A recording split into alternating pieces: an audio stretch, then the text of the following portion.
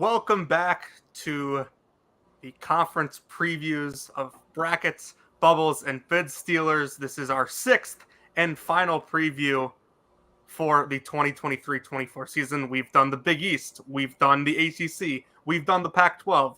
Tonight we knocked out the Big Ten and the SEC, and we'll finish up with the Big 12. Jonathan Litzkin, Sam Fetterman, my co-host with me as always.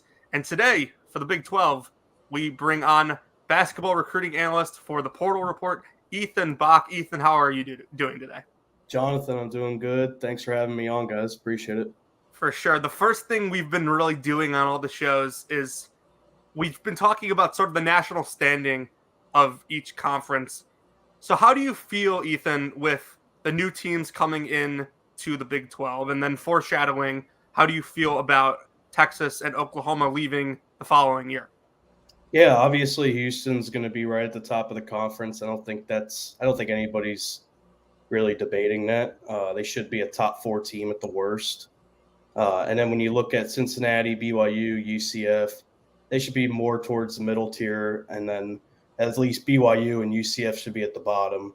But those teams won't take long to fit in. I don't think so. They're already getting favored in some of the computer rankings that have came out early this offseason. I've seen some where all 14 teams are in the top 80, so they're getting accustomed to that Power 5 bias. So, but yeah, I don't think those 4 teams are going to struggle as much as everybody thinks, especially Houston. I think Houston's going to fare pretty easily. And then Texas and Oklahoma, it's going to be interesting to see how they do in their final seasons. Both are in different stages of their programs. Texas is coming off an Elite 8 run, while Oklahoma's trying to figure things out with Porter Moser. So, yeah, it's going to be an interesting season for the additions and the departures in the Big 12. All right, so how we've been doing this is, Ethan, we told you before the show, wheel with all the Big 12 teams on it, all 14 of them for the 23-24 season. Sam has the wheel pulled up. Sam, you ready to get started? I am ready to spin that wheel. Let's do this. 14-team Big 12, that for the conference that still doesn't know how to do math. The 1 year the league will look like this.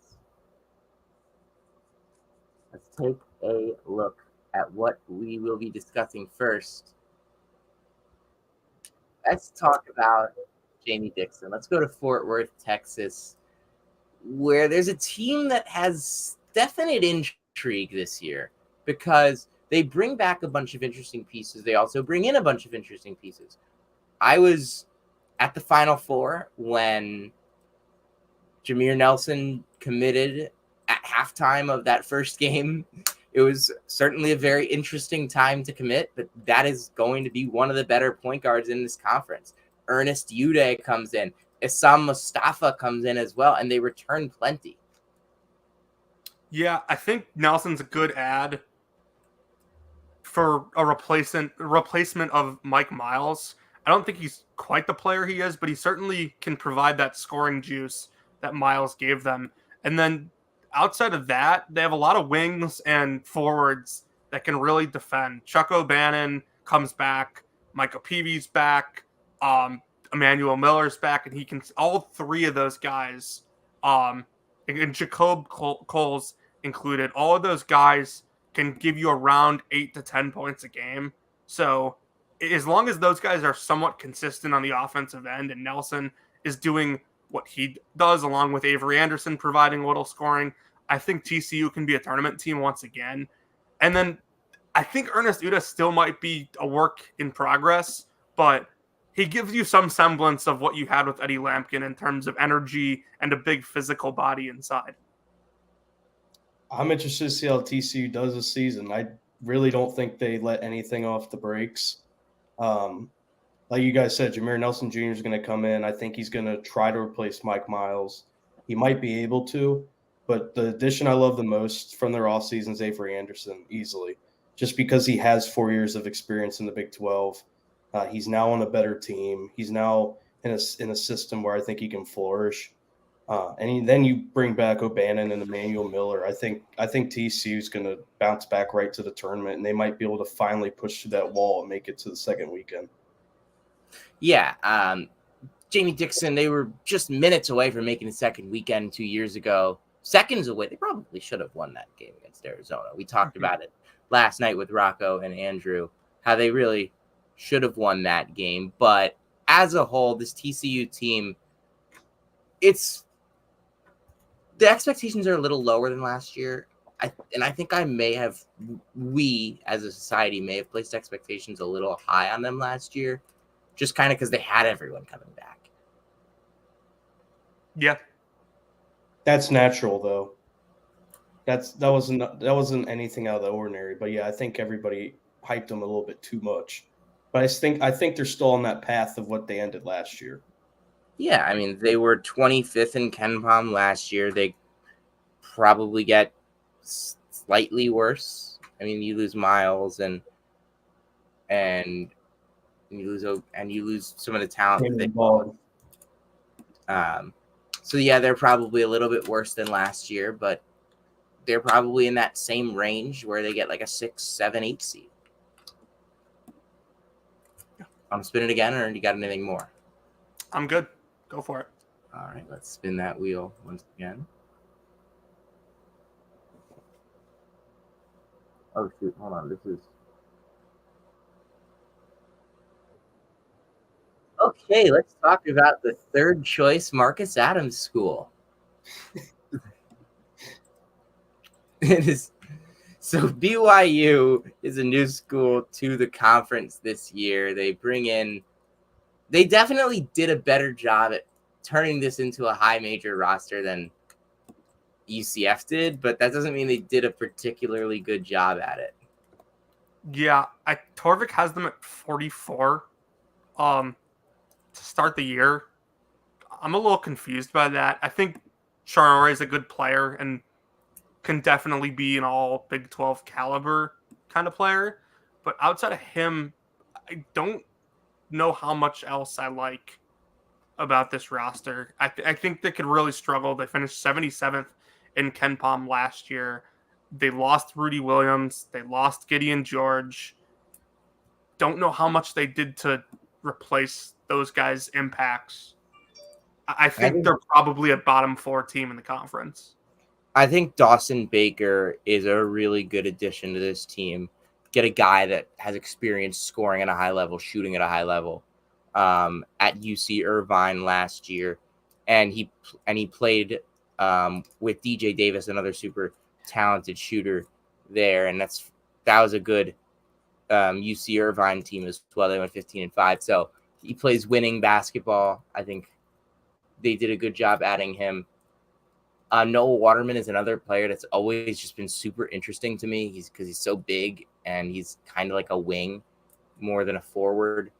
Marcus Adams. I mean, the question is how much of an impact can he have? I mean, I'm higher on him at BYU than I would have been at Kansas because he's going to get more time because he's going to get more playing time. This will be his biggest opportunity. Biggest opportunity of the three schools. Yeah. Yep. If he's eligible, that is. Yeah, if he's eligible as a freshman. Yeah. 2-time transfer already. No, I'll go, Jonathan. I'll go even lower. They're a bottom 2 team. There's this roster screams. Just I was trying to be nice. Yeah, I mean their ceiling. Yeah, they could get to 10, 11. I do think obviously Provo's a hard place to play in. Mark Pope's a fine coach, but he missed the ball. He had an opportunity to go first year in the Big 12 and have a really good transfer class and surround these guys with some good transfers. But Dawson Baker and Khalifa, that's not all you can get along with Marcus Adams. He needed more. Yeah, I think they definitely needed to do more. I mean, they only had 12 scholarship players. I mean, they should have been able to fill that. They should have been able to. Is Colin Chandler in the program yet? What'd you say? Is Colin Chandler in the program yet? He was like a high 4-star that they took, I think 2 years ago. That had to go on he went on a mission trip. Oh, for like his church, and I thought that he was gone for a couple years, but Torvik projects him as one of their like top 10 contributors. So hold on. So it was a 2-year mission, 22-20, and that was April 12th, 2022. So he probably is gone for one more year. Then Yes. Okay. Yeah, he's not on their website, so you could probably safe to assume he's not playing for them this year. 2-year mission trip. I can't believe like that's a thing that a high major basketball program does. like I get like if you're in the WCC and you do that, it's like part like this is the Big 12. You're trying to compete with Kansas and with Houston and with Baylor, with national championship programs, and you're sending high 4-stars on 2-year missions before they get to campus. They'll learn. They'll learn sooner than later. Yeah, it's not ideal, but you know what? I'm not gonna tell anybody how to run their school. Spin the wheel? Yeah, let's do it. Spin the wheel. 12 more to go here on the Brack 12s and Bit Steelers. Oh, good. The wheel noise is back.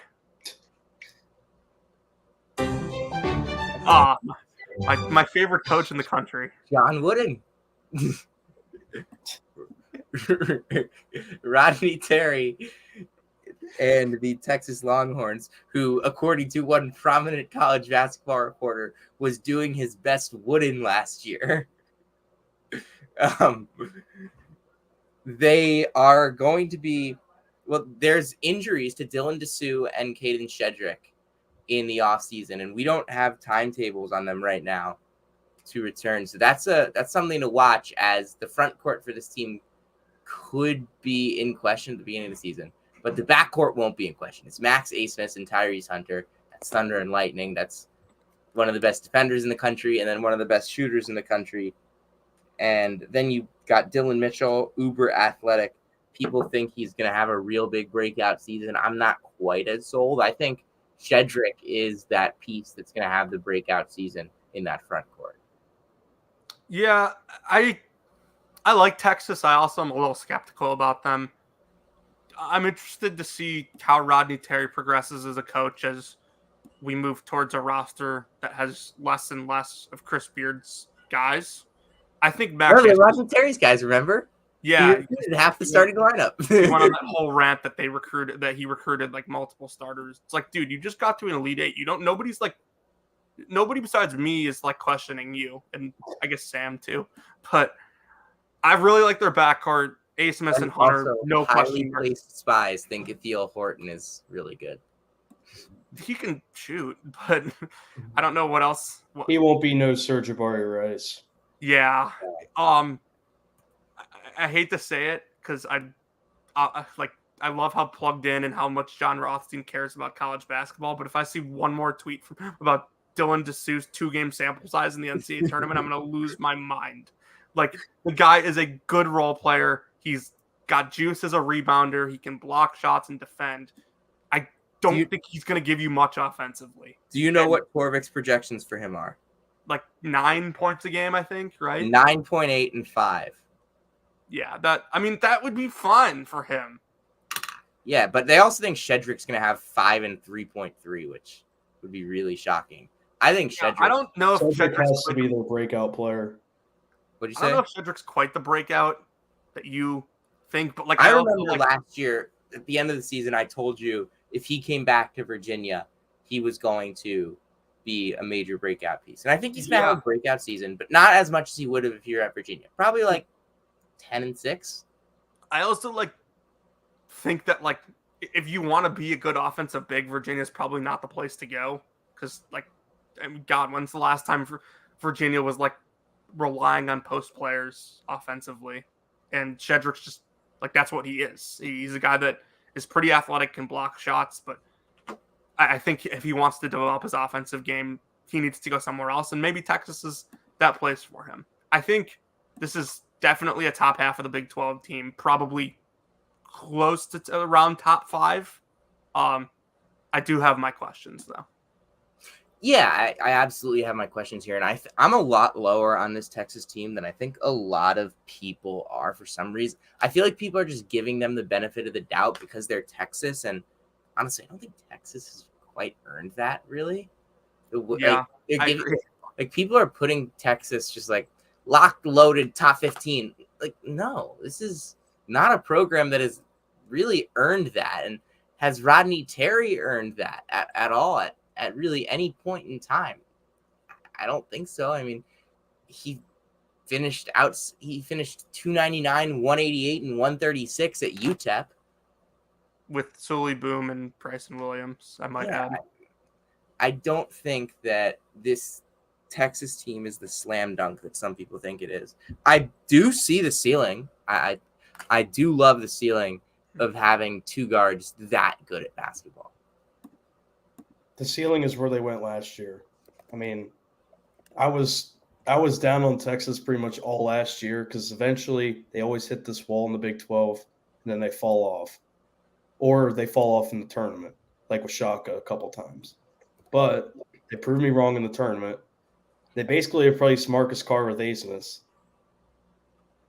I still think their ceiling's Elite Eight. I think they're top 3 team in the Big 12 still behind Houston, Kansas. I will say, though, you're right. People are putting them way too high in preseason rankings. Yeah, one last note I said I had no questions about their backcourt, and I stand by that. But I will say, in a relatively small sample size, Max Asmus did not shoot well from 3 against the high major teams they played last year. I do think that probably is more the fact that like he was playing on a bad team, and not a bad team, but like not a high major team. Well, here's what I'll say. In 2021, in 7 games against top 50 quality opponents, he shot 41% from 3 on 60 attempts. In the regular season last year, they played 4 high majors. He was 7 of 34 from 3, and that's not including the Duke game in the tournament. So, again, small sample size. Take it with a grain of salt. I have my doubts about him actually being a worse shooter than he was at Oral Roberts, but I just wanted to throw out the stat. Okay. Anything else on Texas? No.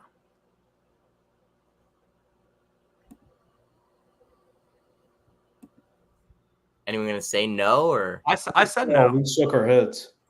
All right, let's spin that wheel again.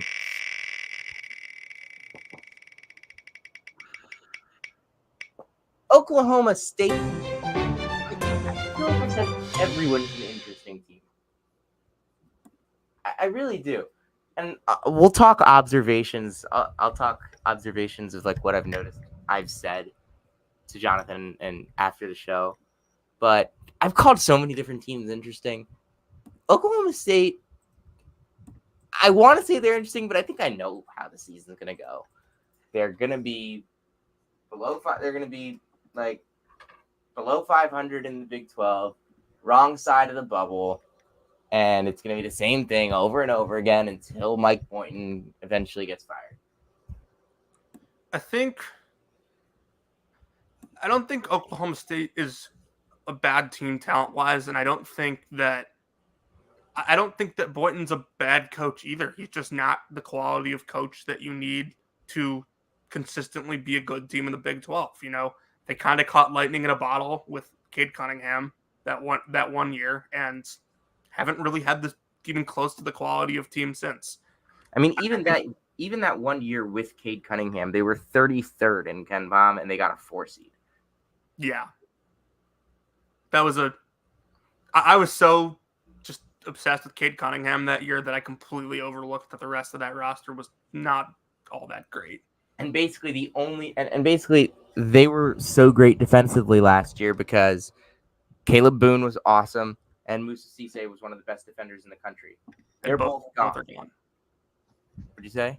And both are gone. Yeah. And you replace them with Brandon Garrison, who's kind of an undersized big as a freshman, and not really much else. Other than Javon Small, I really don't like this team. Bryce Thompson. A backcourt of Javon Small, Bryce Thompson's pretty solid. But I know how Sam's right. I know how the season's going to go with Oklahoma State. I'm not even going to say I'm interested, actually, at all, because they're going to be they're going to be first 4 team out. They'll win some dogfight games in the Big 12, but they'll end up still being under 500, and they might have some bad non-conference wins anyway. So, and it'll be like first 4 team out, next 4 teams out, and you'll like never think that they're going to make the tournament. Yeah. Yep. Jonathan, we're going to talk a lot during the season.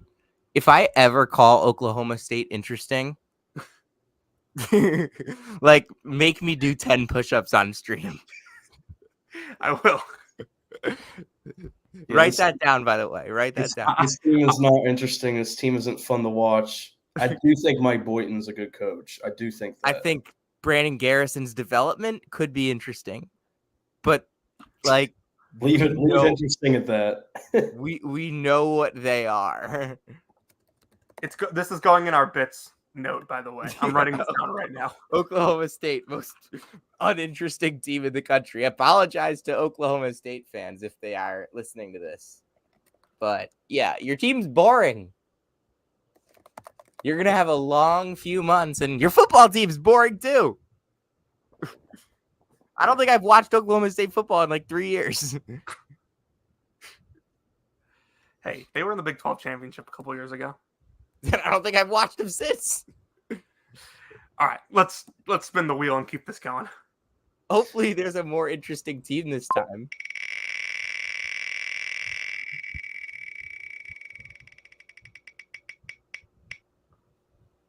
Well, that seems a little more interesting. Yeah, it was close to not, but here we are, Kansas. We did a full Kansas preview with Maddie Hartley from formerly of the University of Daly, Kansas. And this was before the disgusting second allegation came out of Arterio Morrison when he was kicked off the team. So now they're even thinner at the guard spot. It's Elmarco Jackson, Nick Timberlake that are going to be getting the minutes there. And I do think Nick Timberlake could end up being this team's second leading scorer. Ethan, I have my question for you. Who is Kansas' second leading scorer this year? I think it's McCullough. I think that's a safe pick. I do like the sleeper of Nick Timberlake, and I'll even add a sleeper of KJ Adams. I think KJ Adams can also take that step up. I love Kansas's top. Johnny Furphy. What did you say? What about top 10 small forward in the country, Johnny Furphy? Oh, yeah. They added during the summer. I think I'll pass. Yeah. I love Kansas's top. Like, I love their starting lineup, and I love Timberlake. I'm guessing they'll have him 6-man role.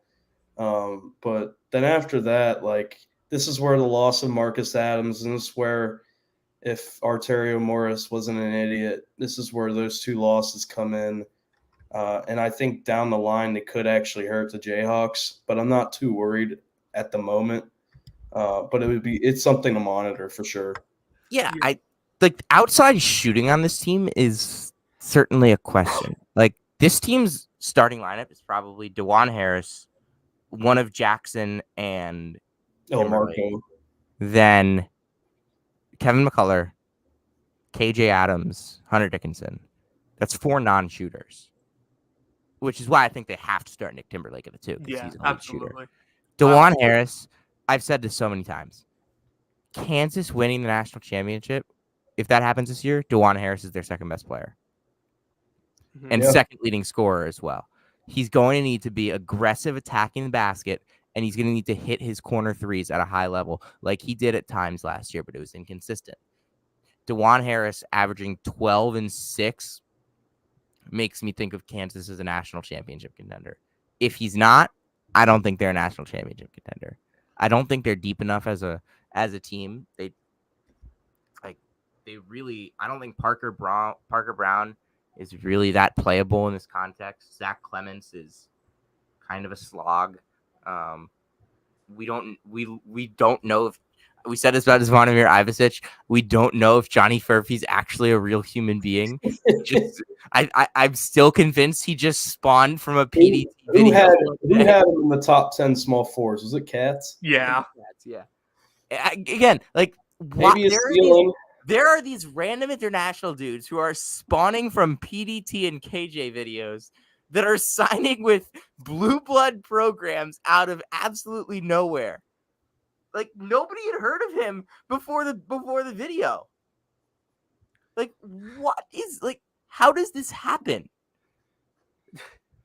So, real quick, we'll get the Johnny Furphy stuff out of the way because we're on that subject right now. Sam, I think you texted me the video of him, and I think my response to you was like something along the lines of like, all I could see in this video is that he has the capability of dunking.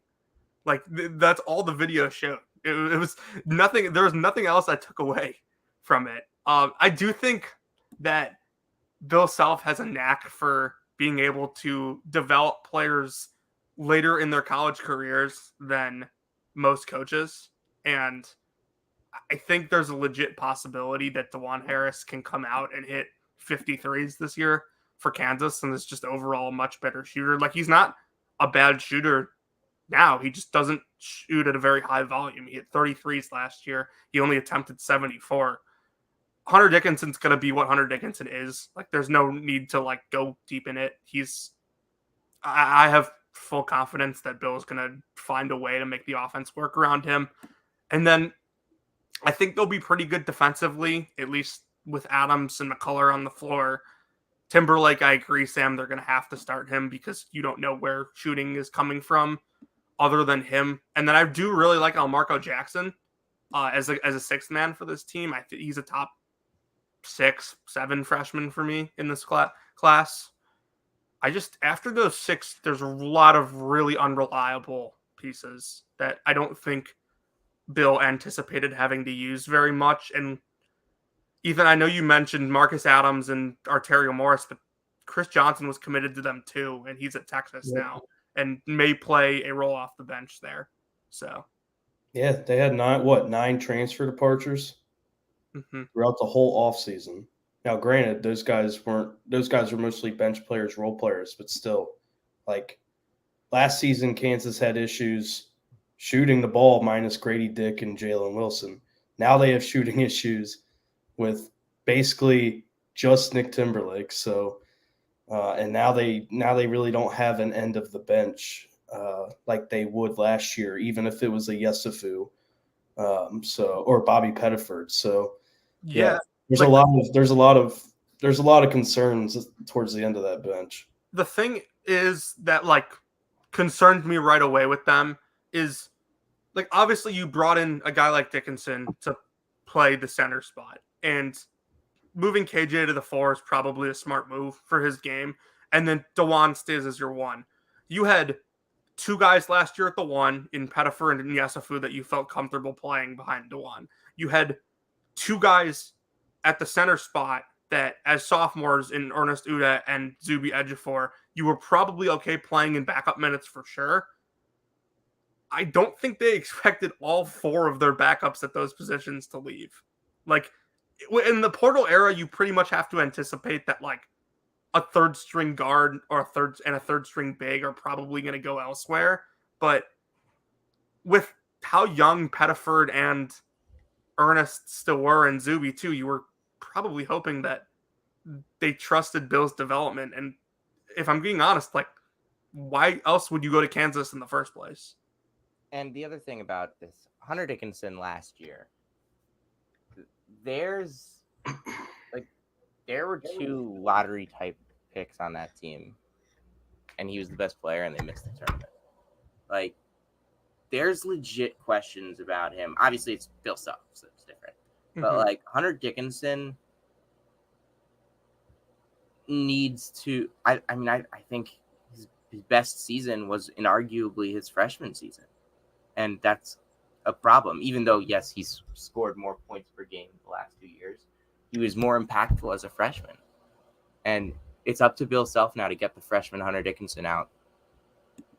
I don't like predicting injuries, but like what happens if like middle of December Kevin McCullough dives on a loose ball and hurts his hand? What happens if McCullough, if Dickinson, or if Harris goes down, this team probably falls out of the top 10.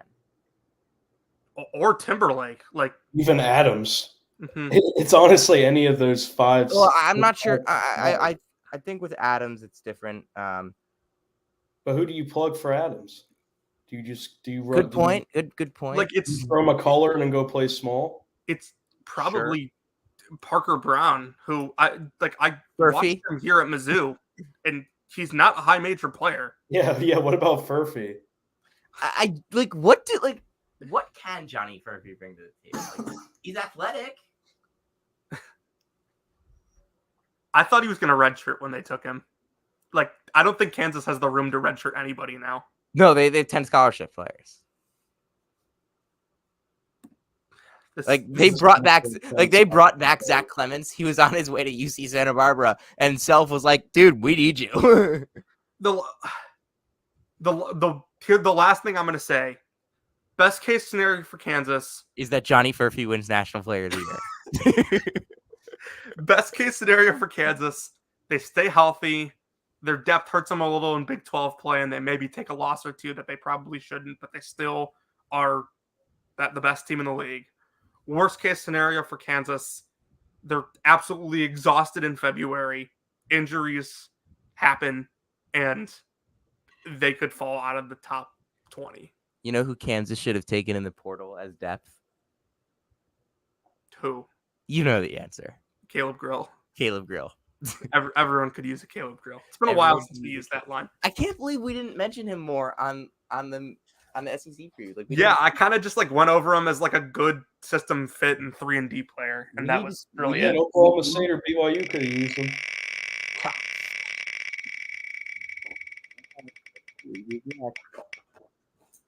Speaking of Caleb, you know, when I look at Iowa State's roster this year, I am very high on this team because the guards, there's 3 transfer guards that I'm high on. Jackson Pavletsky, SoCon freshman of the year at Wofford, 15 a game, excellent player offensively. Keshawn Gilbert is one of the best two-way players in the Mountain West coming over from UNLV, and Curtis Jones is a good ancillary option at this level. He was a really solid option at Buffalo last year. The front court, Robert Jones is back, and then Omaha Ballou is it's not Jarris Walker, but it's Jarris Walker-esque what he can do with his movements. And then Tamin Lipsey is the leader that this team needs. Sam, that's your breakout player of the year in the conference, right? Lipsey, of course. Okay. Oh my God. Yeah. All right. I'll start. I think. Say the line. What? The Tamin Lipsey line. That he's the leader this team needs? No. Oh, okay. I got you. Hold on. If Tamin Lipsey does not come back this year with at least a 15-foot jump shot, it's coaching malpractice. And Ott should be fired. But in all seriousness, I think Iowa State did a pretty good job with their portal additions. I really like Jackson Pavletsky. He's going to struggle to defend, but he'll be able to knock down shots for them, which is something they very clearly lacked last year. And Keshawn Gilbert might end up being their best guard. I think, Sam, you think that he's going to end up being their best guard? Right? Yeah, I think he's a sleeper for an all-conference team. Omaha Ballou will bring a lot defensively, which works in the system. He's long, he's athletic. He's not quite as strong as Jarris Walker, but I see the comparison there.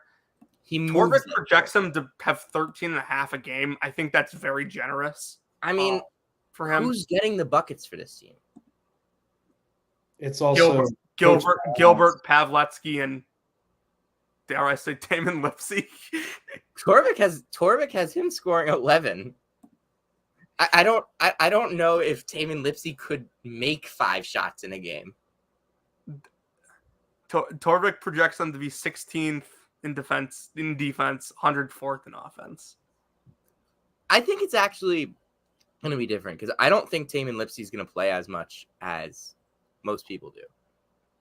I just think that the other guards are going to. Jackson's better. Yeah, like Jackson's better. Gilbert's better. Jones is better. Like they straight up have. And like you have enough defensively already that like you can afford to sit Lipsey. Like unless Otts is of the group think that he's the leader that this team needs. By the way, this is a sophomore on a team with multiple guys who have been there for longer. I mean, why is Robert Jones not the leader that this team needs? I don't get it.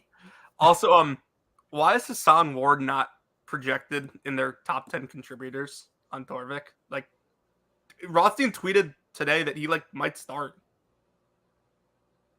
So I would think it's not. I don't think Robert Jones starts. Who do you think starts at the 5? I probably would put Hassan Ward. Yeah, Milan's too small to play the 5, but Rob Jones isn't like he's not going to come in right away, and you have to have him off the bench. He's a backup big. I mean, he's a glue guy. He's a glue guy. Here's my question for you guys: does Iowa State pull this off for a third straight year where they start out really well and you have Otzelberger February, March, or do they actually complete a whole conference slate and pretty much compete for a higher seed, like a 5 to 7 range? I believe in this. I think this is his most talented team, top to bottom. I liked their team 2 years ago. I liked their top 2 guys. I liked Hunter and Brockington. I didn't really like their talent outside of that. Last year, I didn't really like him that much. The 2 Bonaventure transfers were kind of down. Were kind of disappointments for what I thought they would turn into, especially Holmes shooting wise. This year, I think there's so much more talent on this roster. Baloo, it starts with Baloo, and it also goes with Gilbert and Pavlovsky and Jones. This is the year that I have them as a top 20 team. I am a little lower on them than that, but Torvik has them at 50. Still think they'll be really competitive. By the way, last year they had one player who was even close to double digits in on-off splits. Do you know who that was, Sam? Who? Caleb Grill? He was at 16. But regardless of that, it's a different team. Absolutely. No, I agree. They have 4 new starters and maybe even 5. Yeah. All right, let's spin that wheel. Let's see. Talk.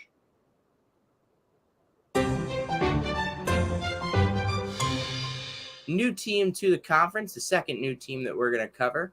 We already talked BYU, and look, Houston is one of the best programs in the country, year in, year out.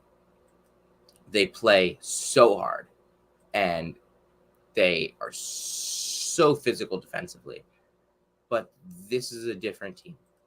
They lose Sasser, they lose Walker, they lose Mark. That's probably their 3 best players. I mean, Shed was great too, but maybe Shed was better than Mark, but regardless, 3 of their 4 best players are gone. LJ Cryer is coming in. That is a proven, legitimate Big 12 offensive juggernaut player right there. Damian Dunn comes in. They'll get development steps from Arsenault and Sharp. But I think the crux of this team is that you trust Kelvin Sampson to be super competitive with everybody he plays against. Yeah, I think I'd be pretty shocked if this team didn't get a double bye in the Big 12 tournament. I think they're probably the second best team in the league, with potential Is to be that the the first first time seed. anybody has ever said double bye in the Big 12 tournament? No, because it used to be a 12-team league. But 12, there's no double bye Yeah, with there's 12 no double teams. bye. So yeah, it's the first time anyone's ever said the word double bye in the Big 12 tournament. So yeah, maybe I was the first. I Right thought the there. LJ Cryer addition was very interesting because he just doesn't fit their typical like prototype of a Houston team. He can absolutely score the ball, which I think is something they needed to replace with them losing Sasser, losing Mark. I was honestly really surprised when they lost Mark. Yeah, I was too. But I think what Cryer lacks in defense, he could replace with scoring, and specifically replacing Marcus Sasser's scoring. I really like their front court, despite how undersized it is. I think Francis is gonna take a leap. Juwan Roberts had a great year last year, and then I think Terrence Arsenault is absolutely a breakout candidate and should start for this team. They also took Damian Dunn, who, Sam, correct me if I'm wrong, he was at Temple, right? Temple. Yeah. So another good guard that provides depth for them. And then I think Emmanuel Sharp, who was a pretty good freshman last year for them, could break out as well. Multi-time buy stock now tweet recipient Emmanuel Sharp. Sampson always has buy stock now, guys. He always does. Cryer's really the only one, like you guys said, that doesn't fit on this team. But he's a Big 12 vet, so I think he'll fit in fine eventually. He's also a veteran. But yeah, they have a lot of guys that can break out like they've always had throughout the years, like Sasser, Corey Davis. We'll go back to those days. Rob Gray. Ever since Sampson really started taking leaps with Houston, so they'll find a guy that steps out of nowhere, and Houston will be the second best team in this league. I agree. I think Houston's number 2. Man, let's spin that wheel again, unless anyone else has anything else to say. Wait, Cryer. I trust Kelvin Sampson to get him at least to be an average defender. I think we can agree that he won't be as bad as he was at Baylor. I mean, this is a guy that breeds defense. If dragons breathe fire, Kelvin Sampson breathes defense and toughness. All right, spin the wheel.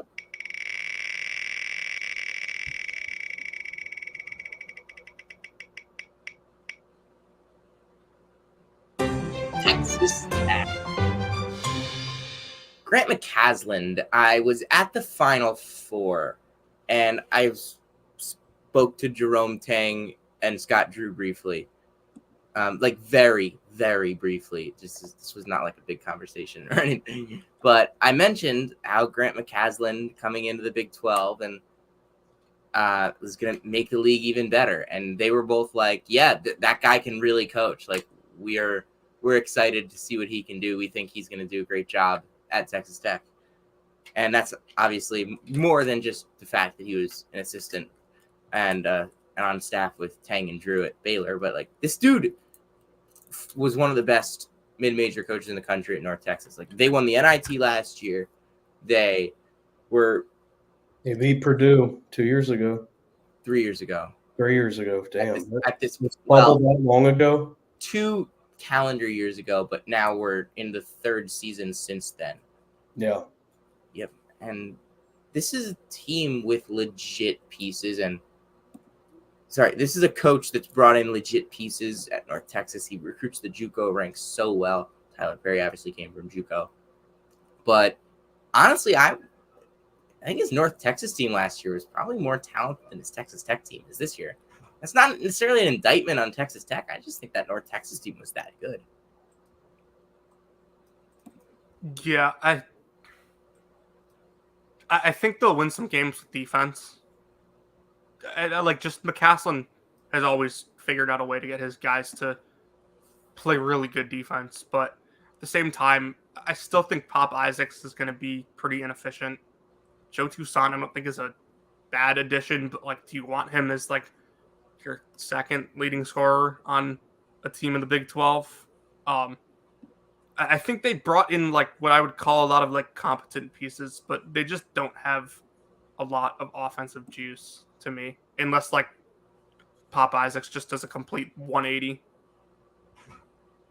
I'm actually oddly really high on this team. Like top, they're like top 5 to top 7 range for me in the Big 12. But like this roster and just how McCaslin built it throughout the offseason, it's giving me the Otts vibes. It's giving me the Jerome Tang vibes. His ceiling's not that high for me, but like hitting the Elite 8 or Sweet 16. But this can be a tournament team for sure. I really don't like the Pop Isaacs Joe Toussaint backcourt because they both need the ball. Pop Isaacs is Big 12 Chucky Hepburn. Yeah. Like he's a little tougher and more physical, but he's worse as a ball handler. Harsh but fair. And remind me if I told you this, Jonathan. Texas Tech might have like the smallest gap between floor and ceiling of anybody in the country. Yeah, I think that's fair. Like I'm confident they're going to be competitive. Like I could not imagine them being like 60th or even 50th in KenPom, but I can't imagine them like being a 7 seed. Like they will be either an 8 seed, 9 seed, 10 seed, or an 11 seed, and that is it. Nothing else. Imagine if they were able to keep Jalen Tyson. Yeah, or the man who's one more, or the man who's. I knew you were going to bring that up at some point. Bardoz Amac, who's entered the transfer portal 3 times. Transfer portal legend. MVP. 3 times it's his last KenPom MVP. That's just a ridiculous stat.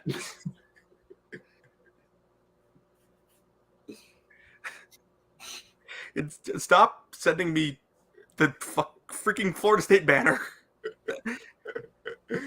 Let's spin that wheel again. 6 teams to go.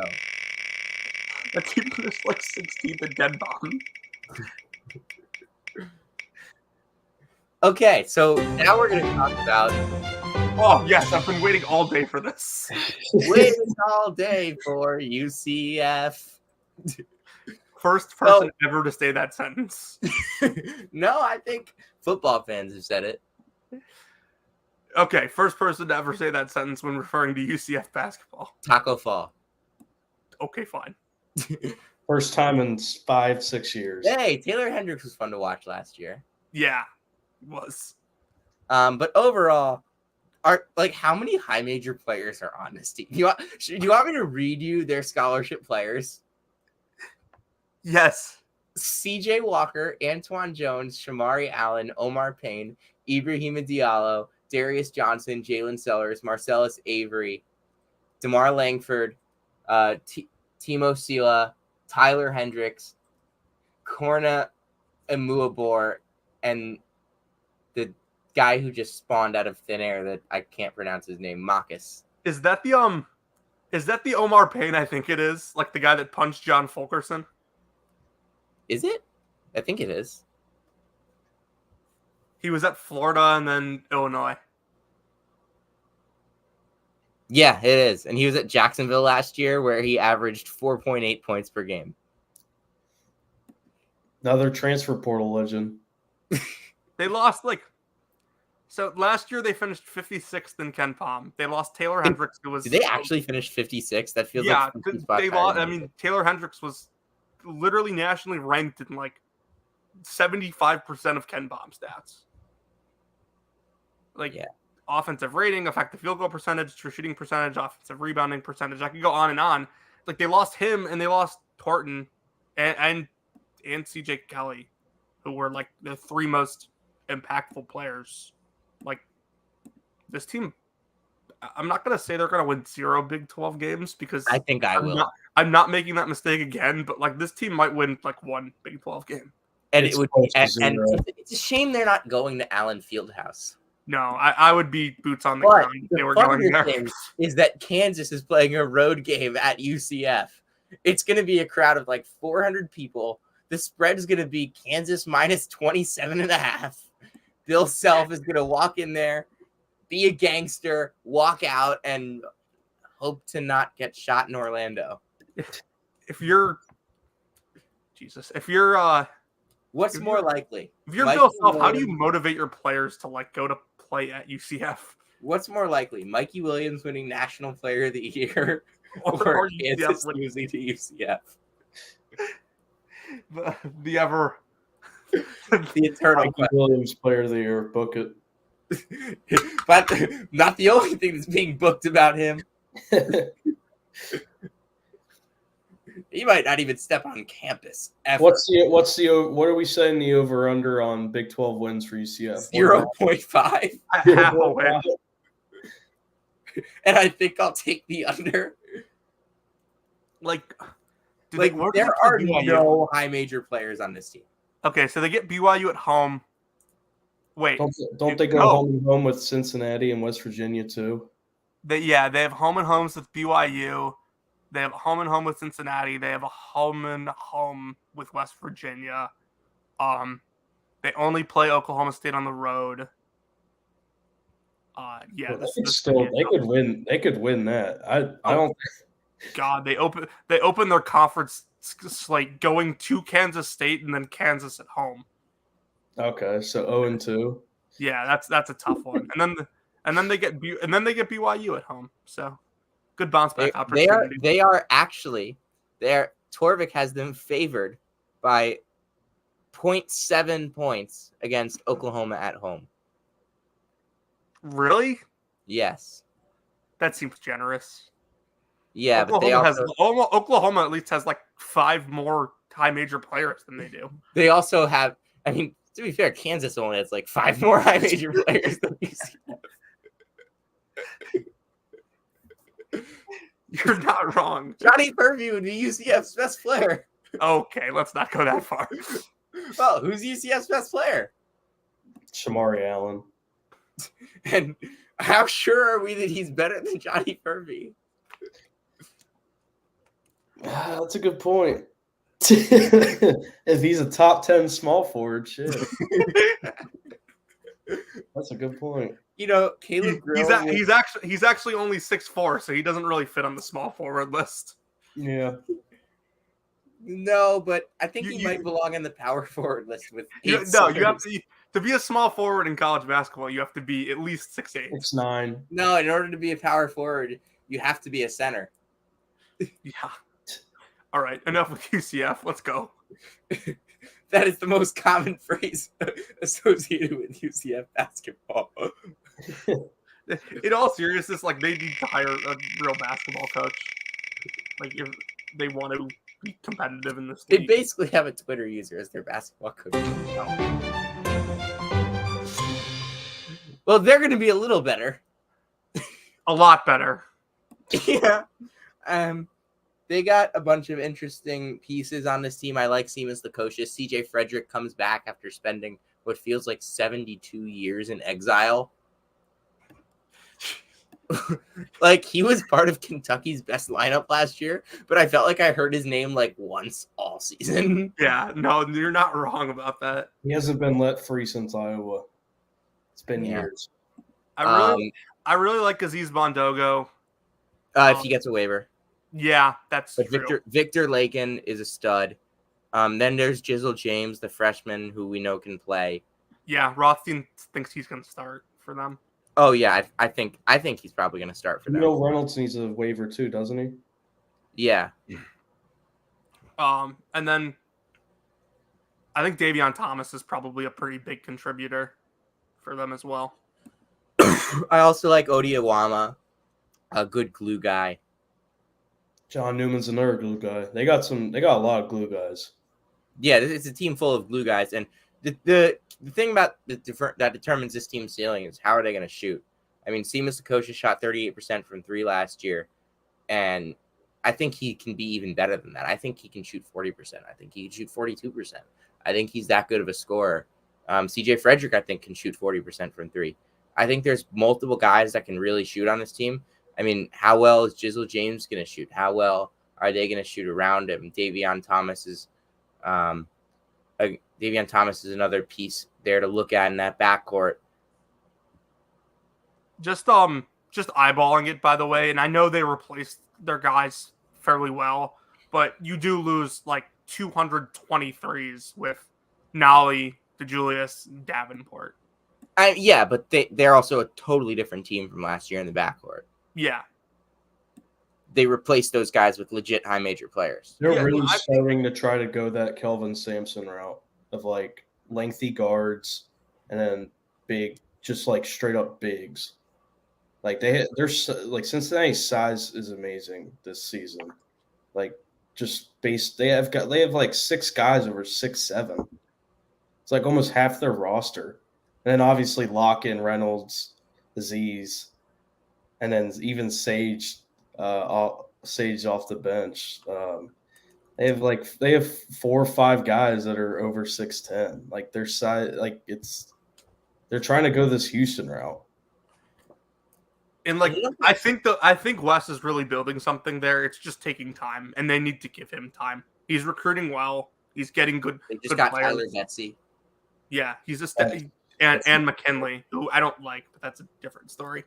But he's establishing a good culture. He's got a legitimate system that he's put in place. He's got a legit plan of how he wants to build this team, and he's executing the part of getting the players to actually do it. He also doesn't have to deal with John Brandon's guys anymore. He can actually build off of his own teams. So, yeah, you're right, Jonathan. Cincinnati should give him more time. Yeah, I think Wes Miller. I mean, there were UNC fans mad that they gave Hubert Davis the job over him. Like, they should still be mad about that. I totally agree. But he's at Cincinnati now, and he's in a power conference role. And unlike a certain other coach, he's actually a power conference head coach. He's actually a basketball coach, unlike someone. Let's spin that wheel again. Wonder if it takes as long to get West Virginia as it did to get Tennessee last time.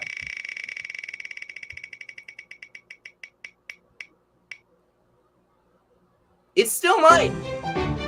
Let's talk Baylor Bears. Scott Drew. Different team from the past few years, without a doubt, with Scott Drew and what they've brought in. It's Ray J. Dennis. It's Jaden Nunn. It's not as proven of a backcourt as what we've seen with guys like Cryer, Flagler, George. I mean, that was a 3-headed monster. I think this year, I mean, Ray J. Dennis would probably have been the 4th best guard they had last year. Yeah. That's not a slight. It's insane to say, but it's true. And that's not a slight to Ray J. Dennis, who could end up on the all-conference first team. Yeah, I have my questions about this Baylor team. I think their backcourt's talented, but a little inexperienced. I think they're going to be relying a lot on Miro Little and Jacoby Walter as well as, and getting Ray J, I think, was really important for them because he does provide some experience as well as a lot of talent and scoring. I think in their front court, like JTT does a lot defensively and rebounds the basketball. He won't give you much on offense, if any. And then I like Jalen Bridges a lot. He's a forward that can step out and shoot, can score inside as well. Overall, like I think this is probably the worst Baylor team since the national championship year. I don't think they're still a top 7 team in the league, I think, but I do have my questions about their inexperience. Yeah, this is definitely the first Baylor team in a while. It seems like at least 5-6 years that you have a lot of questions about the team. I love the Ray J. Dennis pickup. I've loved it since April, May. And then Jaden Nunn, I have questions about how he's going to transition into Big 12 play, into high major play. But I still love the front court of Bridges and JTT. the fact that they were able to retain both of those guys and then just add on with all these freshmen, I don't think Scott Drew's going to have much of a problem. I think they're still a top 5 team, but I'm not going to go as high. I'm not going to go higher than 4 or 3. Yeah, I don't think like Walter, Missy, or Miro Little are one and done guys. So like maybe he's just like using this as like a mini rebuild year. Although like Baylor has gotten to a point where like their rebuild years are exactly like this, where like they're still can be like a top 4 team in the conference if everything goes how it should. Yeah, Scott Drew needs more.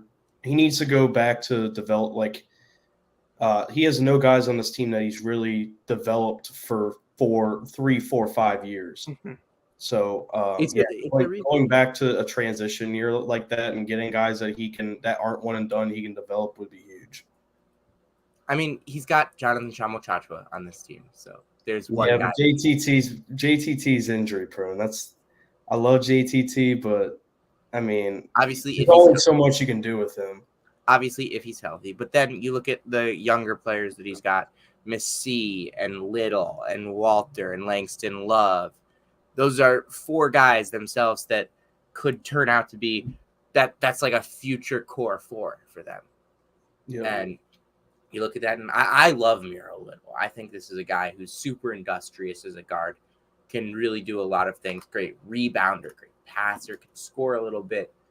Played for Finland in the World Cup. Jacoby Walter is that a bucket scorer type that Cryer kind of was for them last year. He's a little bit bigger.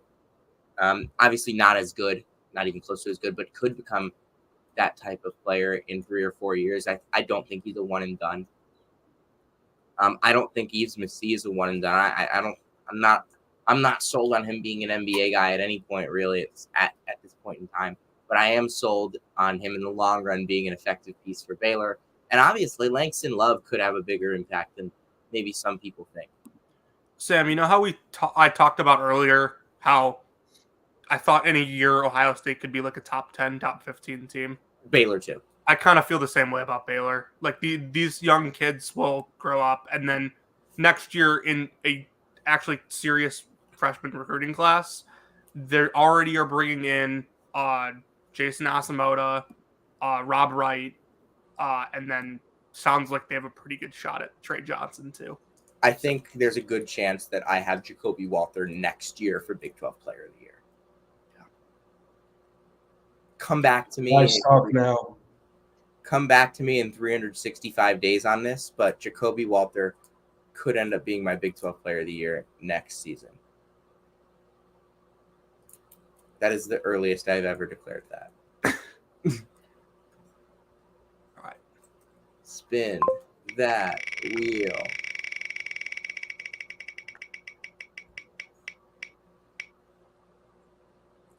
Boomer. Sooner. Let's talk about Porter Moser and the Sooners. I think this is Porter Moser's last chance to make the tournament or you're gone.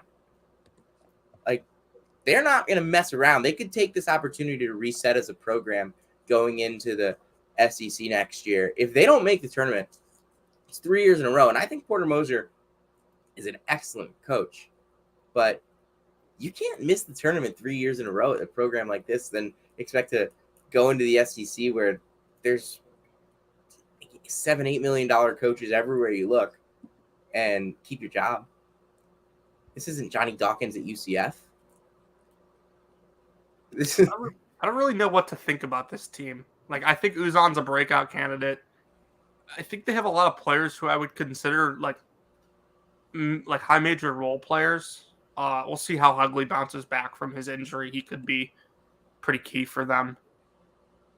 But I do kind of agree with that. I think Porter's a really good coach. I don't know if the guys they lost are necessarily the biggest deal in the world. Like, Grant Sherfield shot the ball fairly well last year from 3.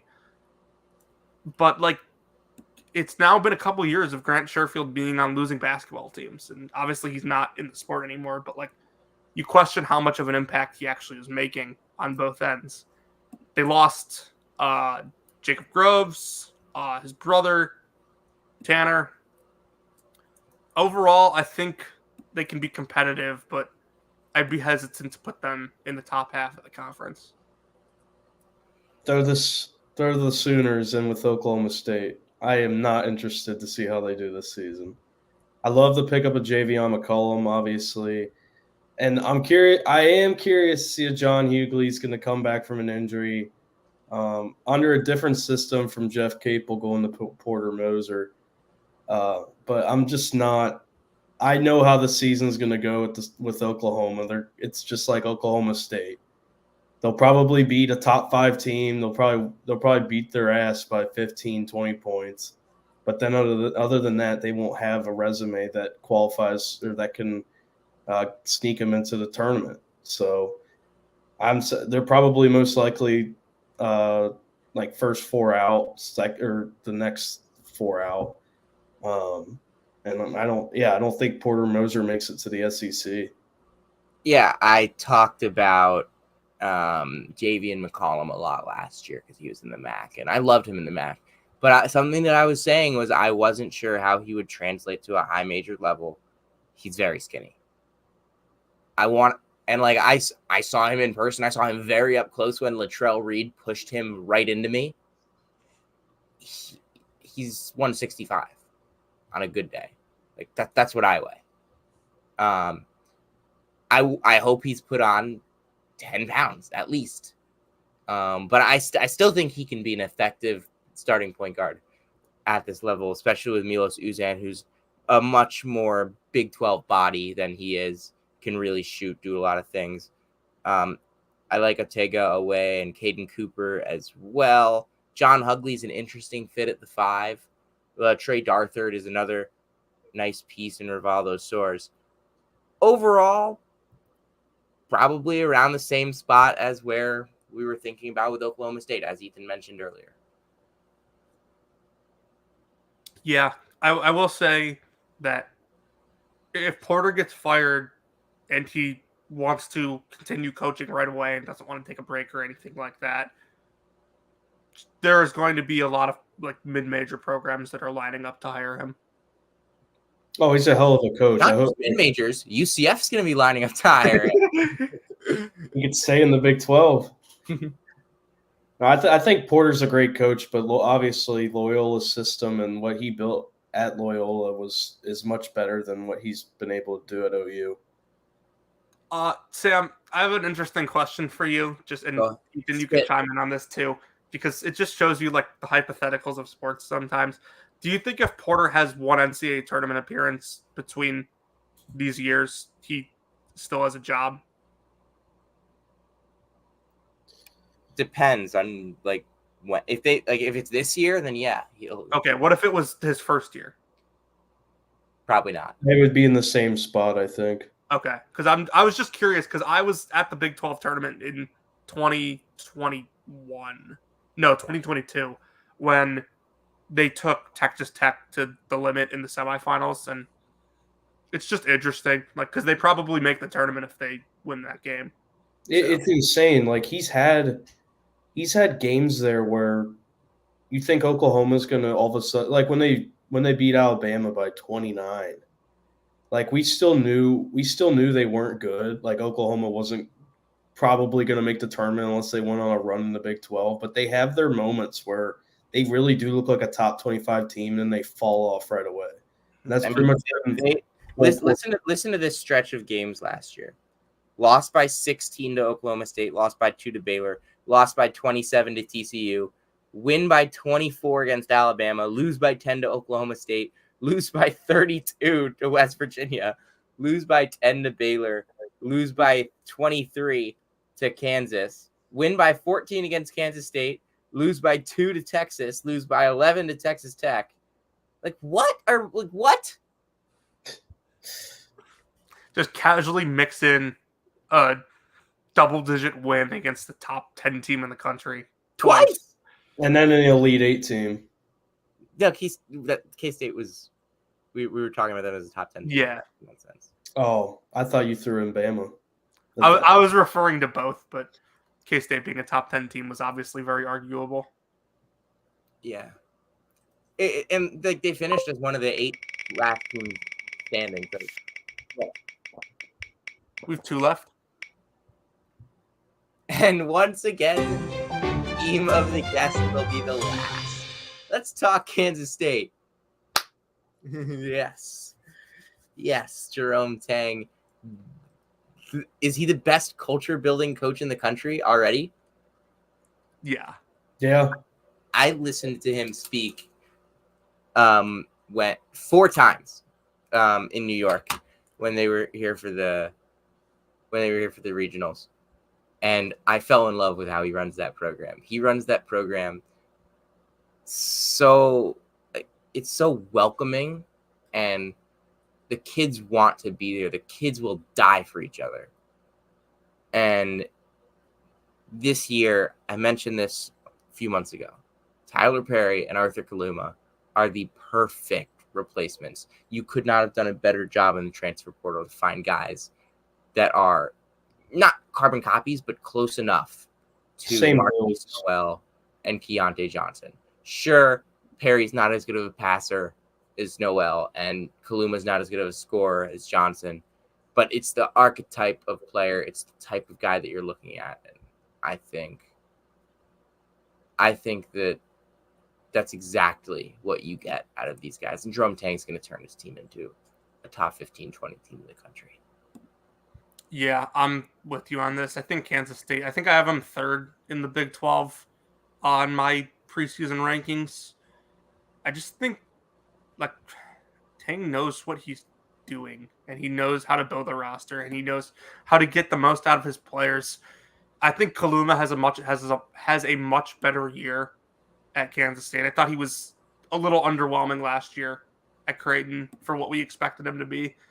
Tyler Perry, I've constantly preached that he's one of the most underrated players in the country, and I'm glad he's at a place where he can get sort of the national recognition now. Cam Carter, I liked in spurts last year. I imagine he takes a jump. Naquan Tomlin is just this athletic big that'll rebound and is a lob threat. So I think, yeah, Sam, I think you said it perfectly. They built this team very similarly to what they had last year, which obviously worked for them. They got to an Elite 8 and nearly got to a Final 4. Very high on this team. I'm high on this team as well. I got them number 4 if I just had to throw a power rankings right now. They filled Keontae Johnson, Marquise Noel perfectly. You still bring back Tomlin, Carter. And then you even add Quez Glover late from BYU and Sanford. So I really like the build of this team. Like you guys have both said, they have the same build as last year for the most part. They're going to be a top 20 team, no doubt about it, and probably top 15 eventually at one point. Yeah, and I think they're not particularly deep, but Jonathan Day-Day Ames is a guy that you like as well. Yeah, pretty shifty guard from Chicago. I don't think he's going to have a ton of juice as a scorer right away, but a guy I like in that system long term. I think he's kind of a guy that could plug in and play for Cam Carter in spots and he'll hit shots. I don't think he'll be super elite defensively or anything like that, but certainly a guy that can provide some offense off the bench for you in little spurts. You want to move on, or anything else got anyone to say? Anyone else got anything to say? Nope. Let's spin the wheel. Let's see. I wonder who it's going to be.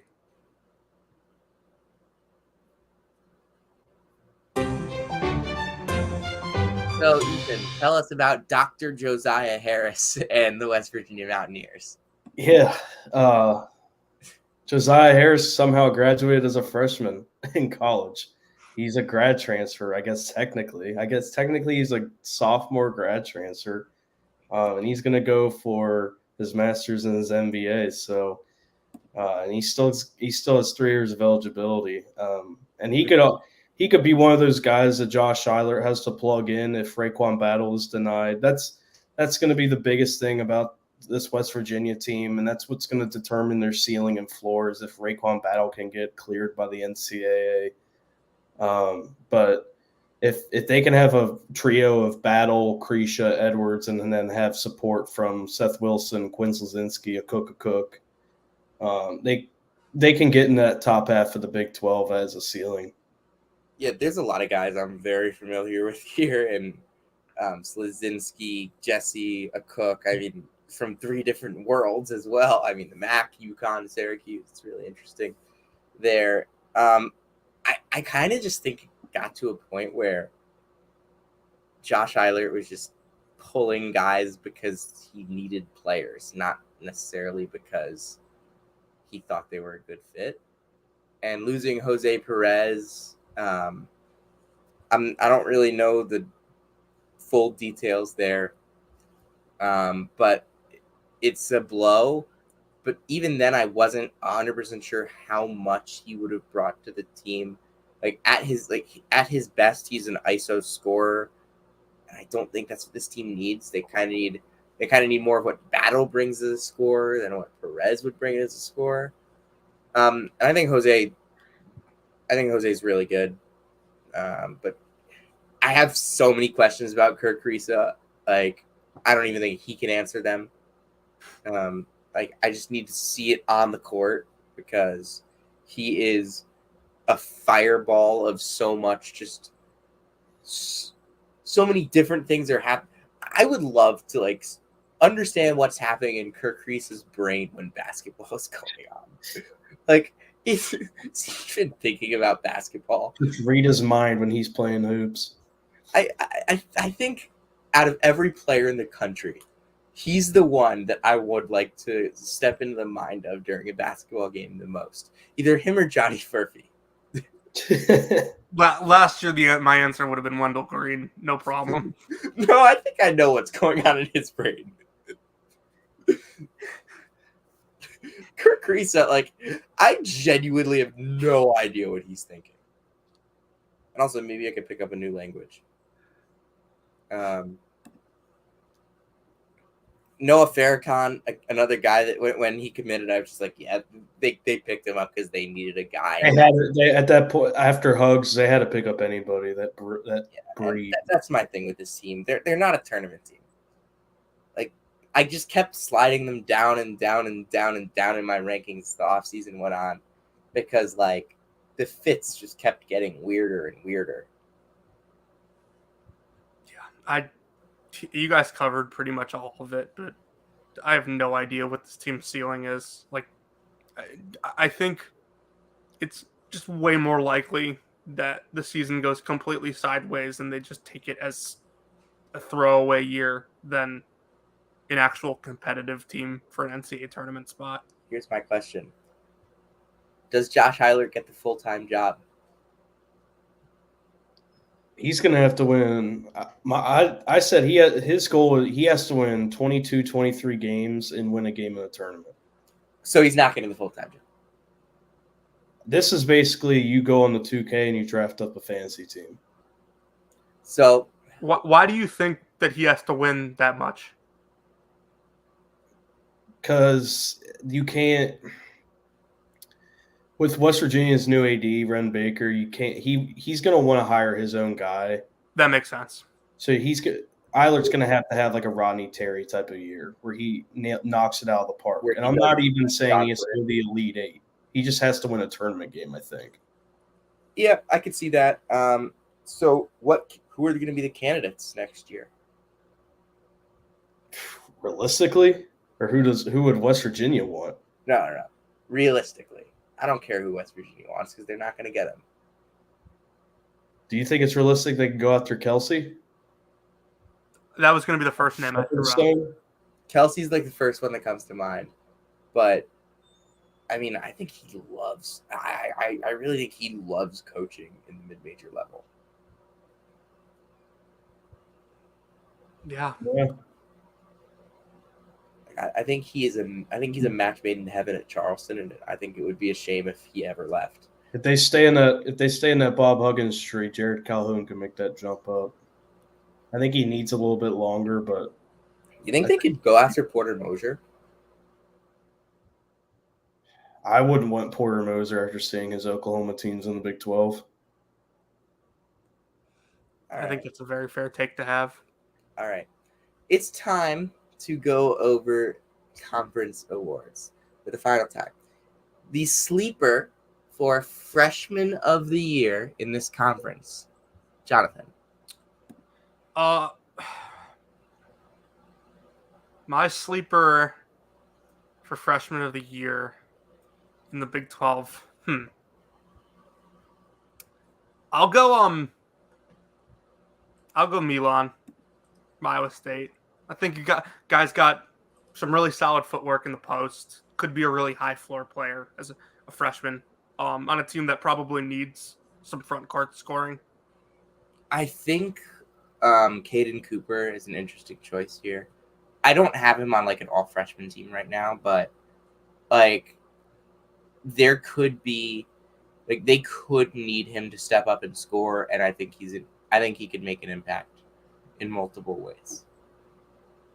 Give me Jizzle James. Wes Miller's going to throw him. I don't know if I'm going to agree with Rothstein. I think they'll start Day Thomas, but give me Jizzle James off the bench, and he scores. I don't know, high single digits. Yeah, like I was considering having him. He's a much more realistic sleeper than Caden Cooper. I'll give me Jizzle James because I think Wes Miller's going to end up using his freshman guards a lot more. Who is your pick for freshman of the year, Jonathan?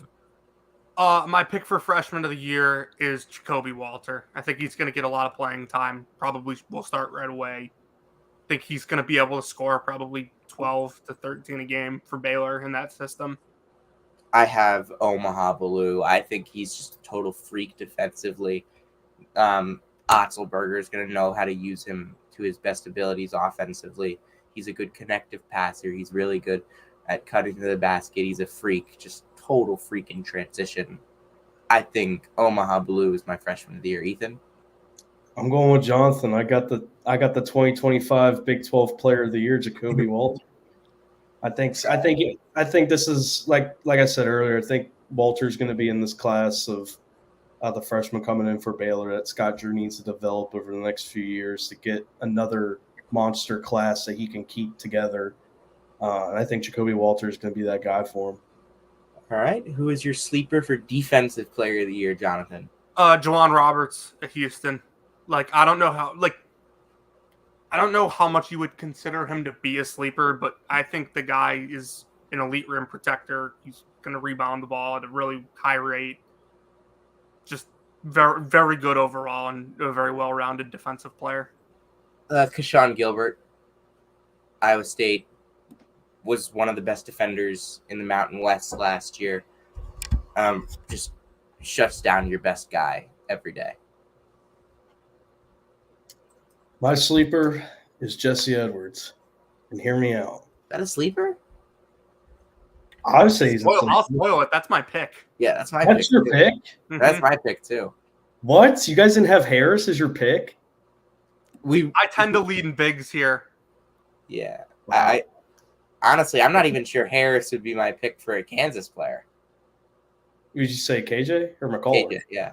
No, I would pick Harris if I had to go Kansas. I mean, I just love KJ's switchability, and you know how much I love KJ. Well, I'll explain because I have not heard many people say Jesse Edwards for Big 12 Player of the Year. I mean, I don't know how much of Jesse you've watched, but you definitely have watched more Jesse than I have. But this guy is just swats everything, gets every rebound. When he was not on the court, Syracuse could literally not get a rebound. He's also transitioning into man-to-man defense. Oh, he can move. He can move, but that's going to be interesting. Screen navigation will be interesting at the start, but I think he'll be fine. He's so talented. I am very surprised you both have him as Defensive Player of the Year. I mean, you know how much I watch. One person mentioned that. Really? Okay. You don't I've heard a bunch of Harris. Is that who you have? Yeah. All right. Sleeper for Big 12 Player of the Year. Jonathan? I'll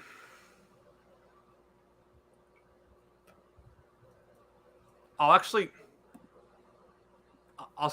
with him. I'll go DeJuan Harris. I think we could see some more late growth with him that you don't usually see for a senior. Uh, I wouldn't be surprised if he's a 13, 14, even 15 points game guy. And with Dickinson, he's going to get so many assists just feeding Dickinson in the posts. I'd be pretty surprised if he wasn't at least at 6-7 assists. This is going to be really out there, and I love doing the really out there ones. Milos Uzan. I was thinking about him. Like, I'm just trying to come up with guys that I know neither of you will say. So that's kind of why I went Caden Cooper. It's why I went with who did I literally just say as a defensive player to your sleeper? Keyshawn Gilbert, right? Yeah, Keyshawn Gilbert, and now Milos Uzan. A more likely sleeper for me would probably have to be Jamal Shed. All right. Damon Lipsey. He's the leader of the year. He is definitely a leader of the year. I like no troll. Like if you did develop a 15-foot mid-range jumper and expanded that, he would be really damn good. And I mean, regardless, I expect him to take a big leap this season for Iowa State. He came along, especially in conference play. So I'm going Lipsey with my sleeper Big 12 Player of the Year. That's if Otts can keep it consistent through the entire conference play and not flatten out by January. I'm hoping 100% of teams don't go under ball screens against them this year. Who is your pick for Player of the Year? I actually just changed mine, like right now. I'm going Tyler Perry. Oh, come on! I have had him the entire time, so you could say I was. Fine, I'll change it to DeJuan then. I had a tweet blow up about Tyler Perry a couple weeks ago. I think the guy's just an electric guard. He's one of the best shooters in the country. He's an elite handler. I think he's a good finisher around the rim, and I think his passing will improve in this Kansas State system that so many guys are cutting and moving at all times. I think he's just a perfect fit in this system, and he'll end up being a 17, 18 points a game guy that also tallies 4 assists. Yeah, I'm going Tyler Perry. I had Hunter Dickinson here, but I'm going Tyler Perry. I didn't want to pick Edey for the Big 10 and Dickinson for the Big 12. Yeah, and like Dickinson like hasn't really been like that. Like in like at the top of the conversation. Hey, I'm going Rock Chalk Dickinson. Okay, I can't play. You guys talked about it earlier. There's no way. Actually, there is a way. But 95% of me thinks there's no way Bill Self can't get all he can get out of Hunter Dickinson. Okay, yeah. That I'm not gonna say you're wrong at all there. And there is a small percent chance that that's a total bust. But this is Dickinson's to lose, I think. Especially under Bill Self, it's his to lose. There have been not by me, and I don't think by Sam, but there have been some empty calorie allegations against Dickinson. Sam, I don't think you were the one making those allegations. No, it was Sweetie. that you're right. It was Sweetie. It was Sweetie. He was like, Jesse Edwards is better. I'm like, pump the brakes. Jesse's really good, but no.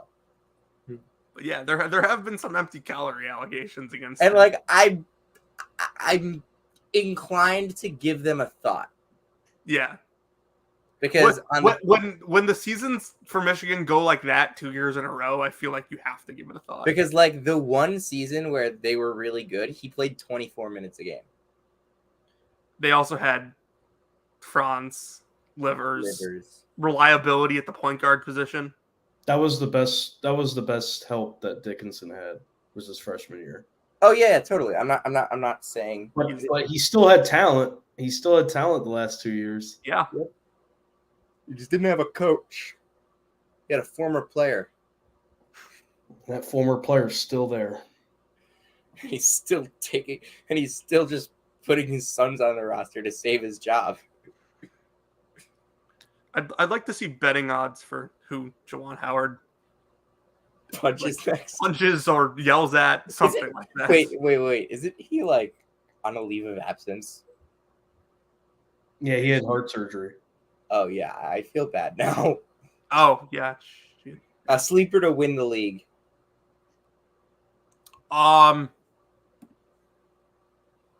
Kansas State. Iowa State. Texas Tech. And we all obviously have UCF winning the league. Mm-hmm. Yeah. 18-0. UCF. They should have the Big 12 title. UCF wins more than 5 conference. If UCF wins more than 3 conference games, I think that would genuinely be more shocking than like Oregon State making the Elite 8 that one year. I think they should make like a rule that if UCF can win 5 conference games, they give them a double bye in the tournament. We should get an auto bid. Auto bid UCF at large Chicago State. What a first round matchup that would be. Yes. I so badly need to see that in Dayton. In all seriousness, I like already bet Kansas to win the conference. Yeah, like Kansas if, like if they're, I know this is college basketball and like things go crazy, but Kansas won this conference like 32,000 years in a row. Kansas was plus money to win the conference. I didn't even think twice about it. All right. Thank you so much for watching so much college basketball content, probably too much college basketball content over the last 2 days. We will be back at some point before the season starts. We'll likely have one more show in between now and our night before the season college basketball eve extravaganza, where we will talk with a whole bunch of other people and do our favorite segment of the year, the over-under. Ooh, yeah. Our bets. Where I get to clown you on Morris Udeze facts again. Even though I won. Yes, but Morris Udeze.